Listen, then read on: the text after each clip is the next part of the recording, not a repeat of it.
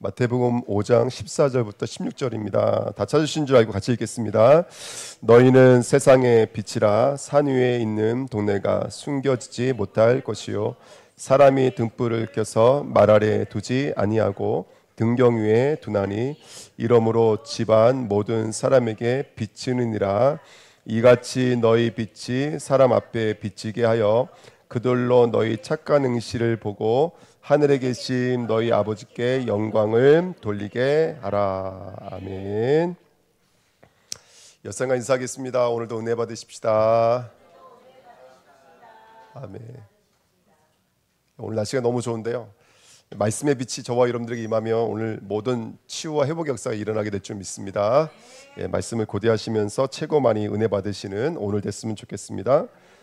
소금 언약 한 주간에 우리가 말씀을 묵상했거든요. 소금 언약을 두 가지로 정리하면 아주 간단합니다. 하나는 첫 번째, 소금 언약은 곧 영원한 언약이라는 뜻입니다. 영원한 언약. 그러면 아덴 때부터 지금까지 또 앞으로 영원히 변하지 않을 하나님의 언약은 예수 그리스도와 그가 십자가에 못 박힌 것, 그가 부활하신 것, 이 복음의 내용이 영원한 언약입니다.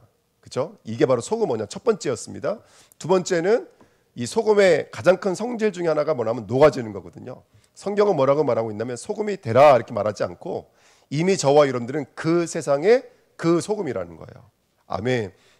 그 학교에 소금이 되려고 하면 1등이 돼야 되지만 그 세상의 그 소금이요. 그러면 그 세상이 어디냐면 바로 죄에 빠진 곳, 사단에게 붙잡혀져 있는 곳. 그렇죠? 그래서 하나님을 떠나서 지옥 배우고 살고 있는 것. 저와 여러분은 그 세상의 소금인 거예요. 아멘. 그 세상의 제사장권으로, 그 세상의 왕권으로, 그 세상의 선지자권으로 살아가는 사람들이 저와 여러분들인 줄 믿습니다. 그래서 불로써 소금 치듯 하라. 불이 닿으면 소금이 녹아버리잖아요. 그럼 맛이 내는 것처럼 예수가 녹아졌기 때문에 맛이 났던 것처럼 저와 여러분들 예수님처럼 이 땅에서는 내가 녹아진다면 그렇게 소금의 역할을 감당할 수밖에 없는 사람으로 쓰임받게 될 줄 믿습니다. 그래서 이거 두 가지였어요. 소금 언약은 편치 않는 언약, 바로 그리스도와 십자가와 부활. 할렐루야. 아멘. 그 다음에 그 소금의 가장 큰 특징, 녹아지는 것. 우리는 이 땅에서, 이 죄 현장에서, 사단의 현장에서 저와 여러분들이 조금만 내가 녹아진다면, 그러면 어떻게 된다고요? 나에게서 뭐가 나온다고요?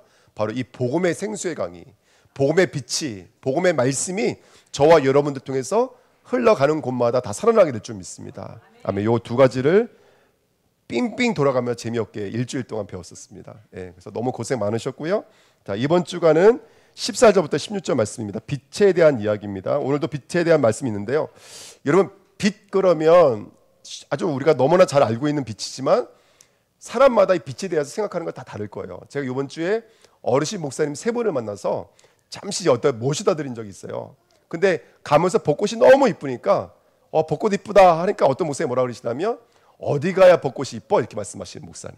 그럴 때 그 옆에 있는 목사님은 야, 그런데 벚꽃이 일본 것이 원산지가 일본이 아니라 한국이래, 제주도래, 이렇게 말씀하시는 분. 생태에 대해서 말씀하시는 분, 놀이에 대해서 말씀하시는 분. 그때는 더 하이라이트가 뭐였냐면 세 번째, 저기 육지는 추워서 벗이 일주일 늦게 핀대. 기후에 대해서 말씀하시는 분.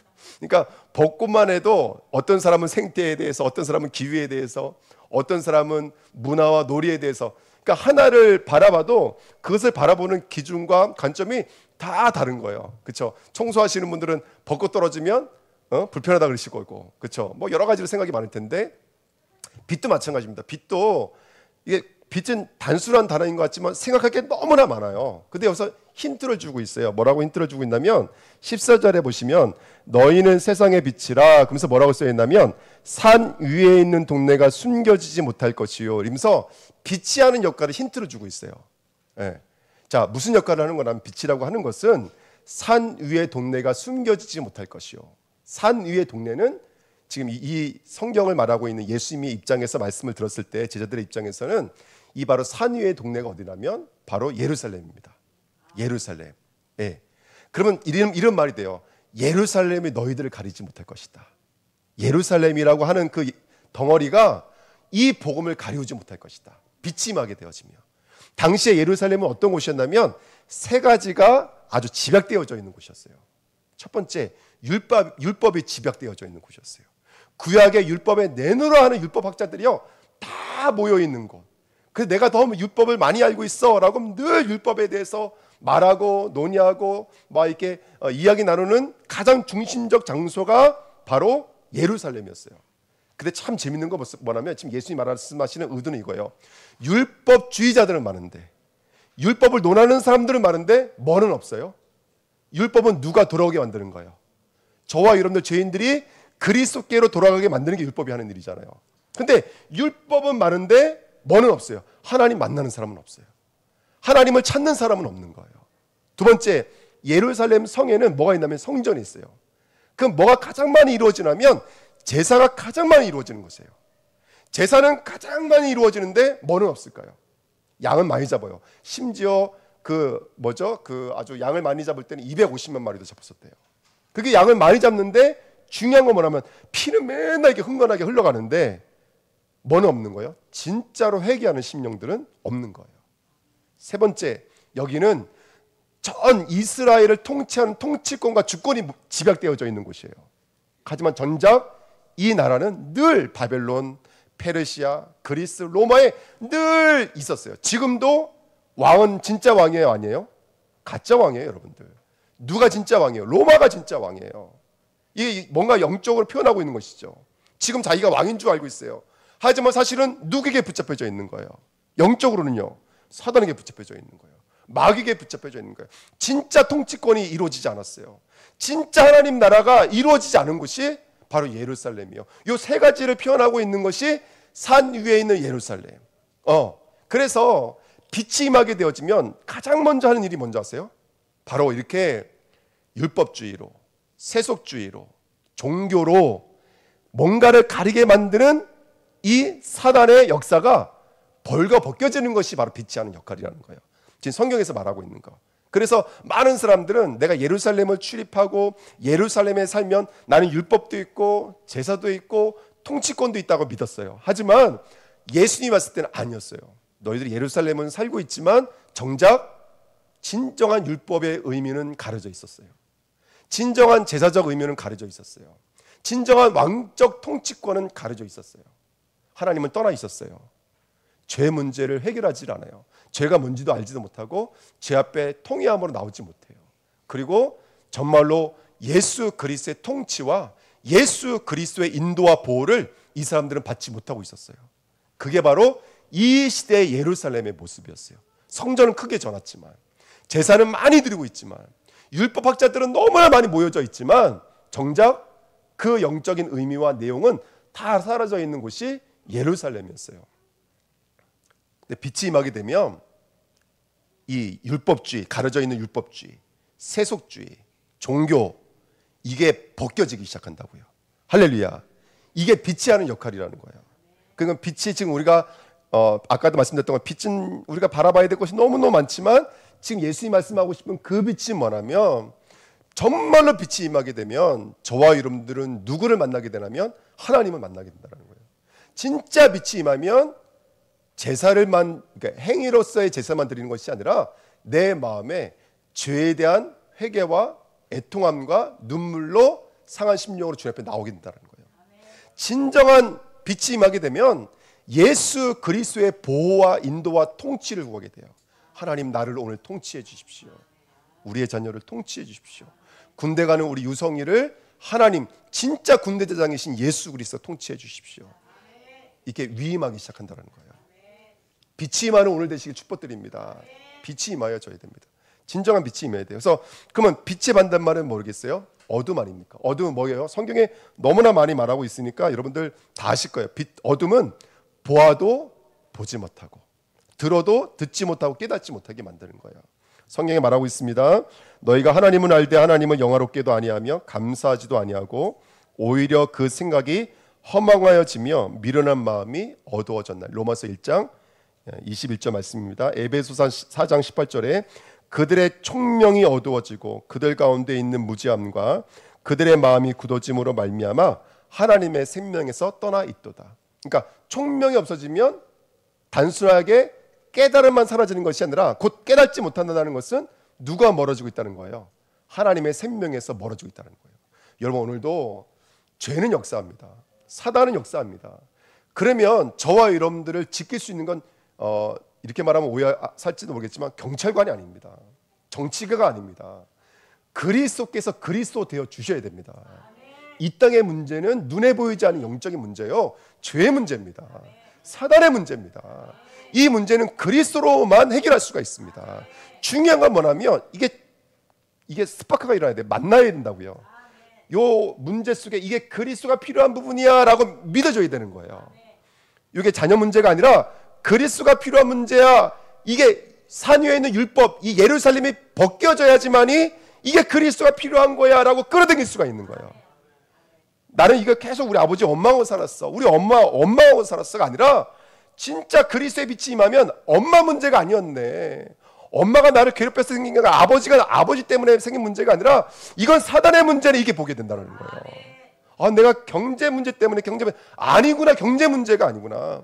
하나님의 물질을 부으실 이유가 없었던 거구나. 이게 벗겨져야지 볼 수가 있다는 거예요. 이게 벗겨지지 않으니까 우리는 그동안 사람과 싸웠던 거예요. 사람을 미워하고 현실 때문에 낙심하고 내 심령과 마음은 비교의식 여러 가지로 잡혀있던 거예요. 그러니까 망상 속에 사는 사람들이 얼마나 많은지 몰라요. 망상 속에 사는 사람들이. 저와 여러분들 오늘 우리 마음을 진정으로 치료하는 시간 되시길 축복드립니다. 내 마음에 이렇게 두껍게 쌓여져 있던 예루살렘 덩어리가요, 완전히 치유되어지는 시간 되어야 돼요. 이거 치유되어지면 더 이상 우리 주은혜교 성도님들은요, 사람 때문에 낙심하지 않습니다. 현실 때문에 흔들리지 않는 줄 믿습니다. 아멘. 성도님이신데 여러 가지 어려움을 당하셨어요. 근데 몰랐어요. 목사가 너무 미안했어요. 전혀 흔들리지가 않아요. 예. 사람의 어떤 이 덮여져 있는 것이 아니라 진짜 하나님 앞에 서 있는 거예요. 하나님의 음성을 들을 수 있는 힘, 하나님의 말씀을 들을 수 있는 힘. 우리 이거 작은 것 같지만 이거 회복하시는 이번 한 주간 되시기를 축복드립니다. 아멘. 그래서 총명에서 떠나버리면 생명에서 멀어지는 거예요. 이거 꼭 언약 붙잡으세요. 총명에서 늘 말씀이 들려지고 깨달아지고. 그러니까 이게 어둠이 이게 쌓인 것이 벗겨지지 않으면 생명에서 멀어져 버리는 거예요. 총명이 멀어진다는 것은 생명에서 멀어지는 거예요. 그래서 오늘 빛이 임하는 시간 되시기를 축복드립니다. 요한복음 1장 1절부터 5절 말씀에 보니까 말씀이 있었대요. 그 말씀이 하나님이시며 창조주이세요. 그리고 그 말씀이 생명이시고 바로 빛이라고 말씀하신 거예요. 빛은 어떤 빛이냐? 생명의 빛이요, 창조의 빛이요, 말씀의 빛인 줄 믿습니다. 저와 여러분들이 오늘 그리스도가 창조의 빛이에요. 그리스도는 생명의 빛이에요. 그리스도는 말씀의 빛인 줄 믿습니다. 오늘 우리 주님께 모든 성도님들 그리스도의 빛이 임하시기를 축복드립니다. 아멘, 아멘. 요한복음 12장 46절. 나는 빛으로 세상에 왔나니 무릇 나를 믿는 자로 어두움에 거하지 않게 하려 함이로다. 그렇죠? 그리스도가 임했다는 건 더 이상 어둠으로 거하지 않아요. 아까 말씀드렸죠. 율법 가지고 있다 그래서 율법이 완료된 게 아니에요. 제사를 지내고 있다 그래서 예배를 나왔다 그래서 예배가 완료가 되는 게 아니에요. 그리스도가 그리스도 돼야지 이 예배가 예배되어지고 교회가 교회되어지고 우리들의 삶이 되어지는 줄 믿습니다. 아멘. 그 축복 누리시기를 예수님의 이름으로 부탁드립니다. 고린도후서 4장 6절. 어두운 데에 빛이 빛이라 말씀하셨던 그 하나님께서 예수 그리스도의 얼굴에 있는 하나님의 영광을 아는 빛을 우리 마음에 비추셨느라. 그러니까 그 하나님의 영광을 누구는 알고 있냐면 예수는 알고 있어요. 예수가 왜 이 땅에 오셨는지 그 하나님의 뜻을 예수는 알고 있어요. 이 우주 만물이 돌아가는 이유를 누구는 알고 있냐? 예수는 알고 있어요. 너와 내가 만난 이유를 예수님 알고 있어요. 그 예수 그리스도 얼굴에 있는 하나님을 아는 빛이 저와 여러분들에게 임해야 돼요. 하나님의 하나님의 변치 않는 언약. 오늘 그 언약의 비밀이 저와 여러분들 마음속에 임하시기를 축복드립니다. 자, 2번입니다.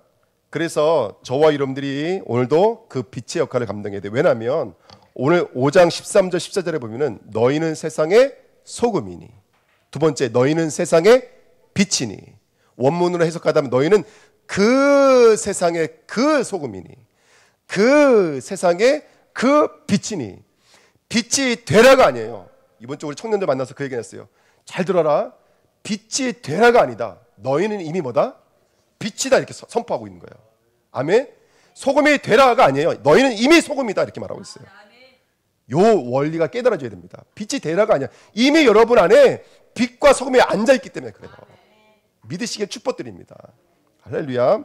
자, 근데 소금과 빛 얘기하면서 요거 말 안 할 수가 없어요. 그게 뭐냐면 역할이에요. 역할. 소금과 빛은 그 역할이 너무나 선명해요. 그렇죠? 여러분 우리 주내가 이번 한 주간에 소금의 역할, 빛의 역할을 감당하는 교회 되시기를 축복드립니다. 아멘. 그래서 그 세상에 그 빛이라고 했어요. 자, 이종문 목사님이 여기 계세요. 오늘은 안 졸고 계시기 때문에 아주 제가 조신 적이 한 번도 없었습니다. 눈만 감고 계셨습니다. 죄송합니다. 이거 목사님이 농담하셨기 때문에 제가 오늘 실수했네. 한 번도 진 적 없습니다. 죄송합니다. 제가 개인적으로 너무 좋아하니까 우리 목사님. 우리 목사님이 한 목사님이 아니세요. 빛의 목회자예요. 할렐루야. 그러면 우리 목사님이 이 땅에 보내신 그 세상이 있다고요. 그 세상. 아멘. 우리 목사님이 그냥 목사님이 아니라 그 세상의 그 목사님이신 거예요. 그 세상의 그 목사님. 아멘. 그게 하나님께서 어디에 어떤 모양으로 이루어질지는 누구나 알고 계실까요? 하나님은 속 시원하게 알고 계시는 거예요. 예, 고개 가장 많이 끄덕거렸으니까 우리 송미씨 장로님은 송미씨 장로님을 향하신 그 세상을 하나님은 알고 계신다니까요. 저와 여러분들 그 세상에 나는 누구인지가 발견되어야 돼요. 그 세상 속에 아까도 말씀드렸죠. 율법은 있지만 제사는 있지만 왕들은 많지만 진정한 왕권, 진정한 선지자권, 진정한 제사장권이 이 땅에 없어요. 하지만 저와 여러분들은 왕 같은 제사장이에요. 할렐루야. 그 기이한 빛을 증거할 선지자들인 줄 믿습니다. 이번 한 주간 빛의 역할을 감당하는 저와 여러분 되시길 축복드립니다. 말씀 또 읽어드립니다. 에베소 5장 8절. 너네가 전에는 어둠이더니 이제는 주 안에서 빛이라. 빛의 자녀들처럼 행하라. 할렐루야. 아멘.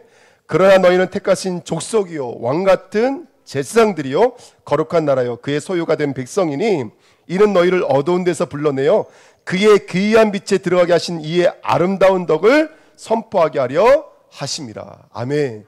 저와 여러분들은 선지자, 제사장, 왕권을 가지고 있는 소금이요 빛인 줄 믿습니다. 아멘. 언야로 붙잡으셔야 돼요. 그래서 아까 말씀드렸던 것처럼 빛의 역할은 이번에 써 있습니다. 빛의 역할은 간단해요. 드러내는 거예요. 가려져 있는 예루살렘을 드러내는 것, 이게 빛이 하는 역할이에요. 아멘. 드러내는 거예요. 두 번째, 깨닫게 하는 거예요. 이게 빛의 역할이에요. 그래서 드러내고 깨닫게 하는 것을 한 단어로 뭐라고 그러냐면 전도라 그래요. 드러내고 깨닫게 하는 것을 전도라 그래요. 그래서 주님께 모든 성도들은 전도자가 되셔야 돼요. 드러내고 깨닫게 만들어요. 이거 죄야 라고 말해줘야 돼요. 이거 경제 문제가 아니라 이거 사람 문제가 이거 죄 문제야 라고 드러내주는 자가 돼야 돼요. 저는요, 제가 불행한 이유가 아버지가 알코올 문제라고 생각했어요. 어머니가 성격의 문제라고 생각했어요. 근데 깨닫게 됐어요. 아니었구나. 사단이 살아있구나 진짜로. 죄라는 게 있구나. 이게 깨달았어요. 제 인생을 완전히 바꿔버린. 그 전까지만 해도요. 제게는 뭐가 각인되어 있었냐. 대학 들어가서 좋은 직장 취직해서 안정되게 살아야지. 늘 그런 생각. 왜? 저희 가문이 살아온 거 보니까 막 소파도 나가지고 재산 다 잊어버리고 또 낯선 데 이사 와가지고 고생하시는 모습들 보니까 안정된 직장 생활해야지. 좋은 대학 가야지. 이런 생각이요. 공부도 못하면서. 늘 그랬었거든요. 근데 아니에요. 이게 드러나고 보니까 이 땅의 문제가 죄 문제라는 걸 알게 됐어요. 사단의 문제라는 걸 알게 됐어요. 이걸 드러내주고 이걸 깨닫게 만드는 자가 바로 전도자예요. 근데 알겠지만 전도라는 캐리그라마라는 단어는 원래 원뜻은 뭐냐면 설교라는 뜻이에요. 지금 저와 여러분들이 이 시간에 전도되어지고 있는 거예요. 맞죠? 이 시간도 전도예요, 여러분들. 또 여러분들 나가서 복음을 증거할 때 그것도 전도예요. 야, 사단이 진짜로 있어. 엄청난 전도예요, 여러분들. 엄청난 전도예요. 그러니까 우리 주내교회는 역할이 분명해야 돼요. 역할이. 내가 해야 될 일들이 뭔지가 너무너무 소중하고 너무너무 중요한 자가 돼야 돼요. 저는요, 그게 있었어요. 이게 늘 훌륭한 스승님이 계셨거든요. 예전에. 그 훌륭한 스승님은 현장은 30군데 이상 뛰었다 그러니까 늘 비교가 되는 거예요. 그러니까 늘 제가 하는 사역에 만족이 없어요. 근데 전 요즘에 조금 그런 건 있어요.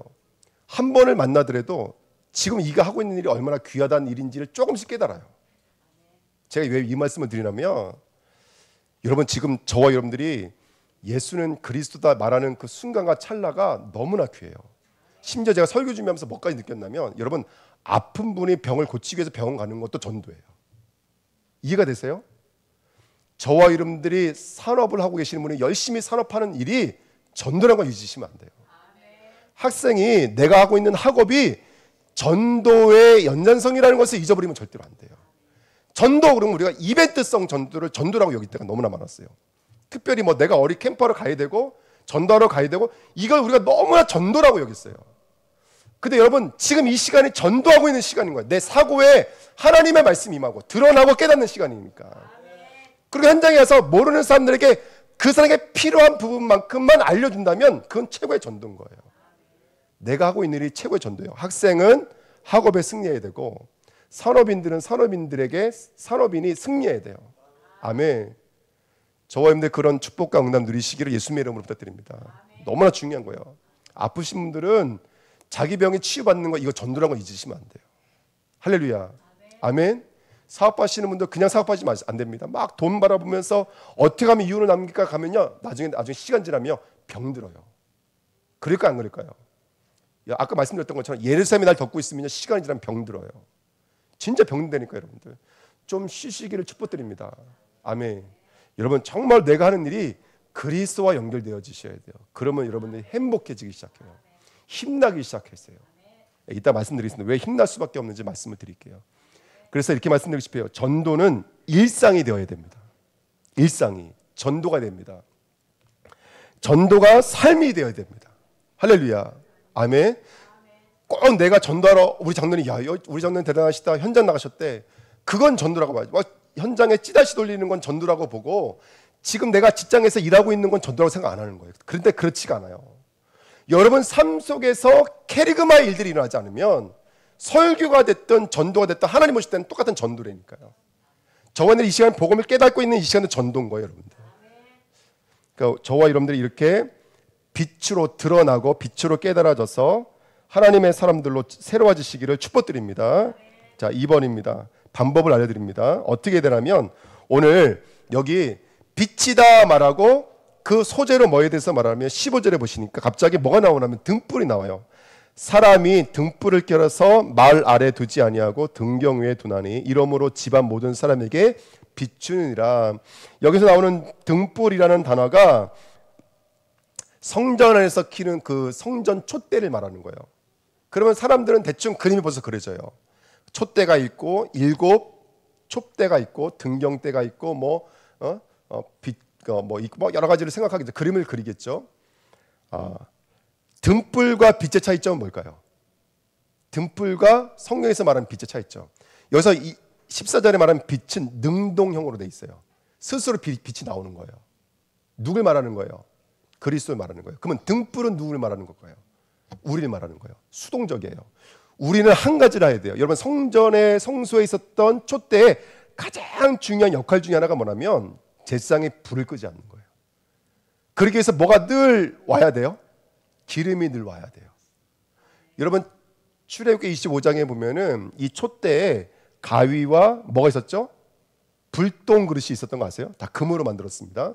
그 가위의 원래 뜻이 심지가예요. 심지가위. 심지가위라는 뜻이 뭐냐면 불을 내려고 하면 기름에 얹어놓는 뭐가 있어야 돼요? 심지천이 있어야 돼요. 이거 유대 문헌에 보면은 제사장 속옷, 우리가 말하는 팬티가 아니라 세마포 옷을 잘라서 만들었다 그래요. 그때 쓰는 가위가 황금 가위예요. 심지가위예요. 그래서 등불이라고 하는 것은 늘 심지와 기름을 준비하지 않으면 안 되는 거예요. 이게 늘 제사장의 관점이었어요. 오죽하면은 스가랴에서 보면은 꿈을 꿨는데 어떤 꿈을 꿔요? 무한 리필되어지는 등잔대를 만났어요. 등잔대가 두 개가 있잖아요. 그 뒤에 나무 두 그루가 있어요. 7개의 등잔대가 있는데 7개 관이 연결되어져 있대. 그러니까 무한 잎이 되는 거야. 어디로부터요? 감람나무로부터. 이게 무슨 얘기입니까? 그랬더니 이거 지금 성전 짓고 있는 누구에게 임한 성령을 말하는 거예요. 스룹바벨과 여호수아에게 임한 성령을 말하는 거예요. 할렐루야. 아멘. 여러분, 저와 여러분들이 오늘 그렇게 우리가 불을 준비하는 저와 여러분 되시기를 예수님의 이름으로 부탁드립니다. 그렇게 심지의 기름이에요. 그래서 심지가 하는 역할은 뭐냐면 기름을 빨아들이는 역할을 하는 거예요. 기름을 뭘 말하는 걸까요? 그리스도를 말하는 거죠. 그래서 우리 성도들이 가장 잘해야 될 것은 뭐냐면 불이 꺼지지 않는 역할의 가장 중요한 핵심은 뭐냐면 말씀을 빨아들이는 능력인 거예요. 말씀을 빨아들이는 역할. 그리스도의 말씀, 진리의 말씀을 빨아들이는 심지가 되셔야 돼요. 심지. 이게 우리 제사장들이 해야 될 역할들인 줄 믿습니다. 그래서 이렇게 교회 카톡방에 보면은 뭐 요란하게 뭐 수요 예배, 금요 예배, 주일 일부 예배, 뭐 서밋 학교 예배 쭉쭉 올라오잖아요. 그게 나와 상관없어지면 안 되고 이게 나와 상관이 있어져야 돼. 할렐루야. 이번 주 수요 예배 업로드 안 하셨네요. 이게 문자가 한 번도 안 왔었어요. 예. 그게 관심이 있어지셔야 돼요. 그래서 늘 말씀을 듣고 무슨 말인지 여러분들은 이해 못 하셔도 상관없어요. 왜? 성령께서 알게 하실 거기 때문에 그래요. 어차피 내가 듣는 말씀이 나를 움직이는 게 아니에요. 영으로 깨달아진 말씀이 나를 움직이기 때문에 그래요. 말씀을 받아들이는 자가 되시기를 축복드립니다. 이게 영적인 원리예요. 그래서 수도형으로 써 있는 거예요. 너희들이 해야 될 역할이 있다는 거예요. 말씀을 계속해서 그리스도의 말씀을 빨아들이는 역할을 해야 된다는 거예요. 근데 그 역할을 누가 지금 하고 있는 거냐면 성령께서 하고 있는 거예요. 아멘. 저와 여러분들이 그런 응답 누리시길 축복드립니다. 스가랴 4장 6절. 이 그림이 무슨 그림입니까? 그가 내게 대답하여 이르시되 여호와께서 스룹바벨에게 하신 말씀이 이러하니라. 만군의 여호와께서 말씀하시되 이는 힘으로 되지 아니하며 능력으로 되지 아니하고 오직 나의 영으로 되느니라. 아멘. 사도행전 1장 8절 다시죠. 오직 성령이 너에게 임하시면 너희가 권능을 받고 땅 끝까지 이르러 증인된 줄 믿습니다. 너무나 중요한 얘기인 거예요. 당시에 유대, 사마리아, 또 뭐죠? 예루살렘, 이거는 다 유대 이스라엘 사람들이 넘지 못하는 벽이었어요. 근데 성령이 임하니까 이걸 다 넘어가기 시작하더라는 거예요. 그래서 땅까지 이르러 복음이 증거되기 시작하더라는 거예요. 성령 충만하시기를 축복드립니다.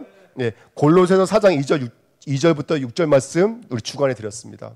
사도 바울이 우리가 전도할 수 있도록 기도해 달라는 거예요.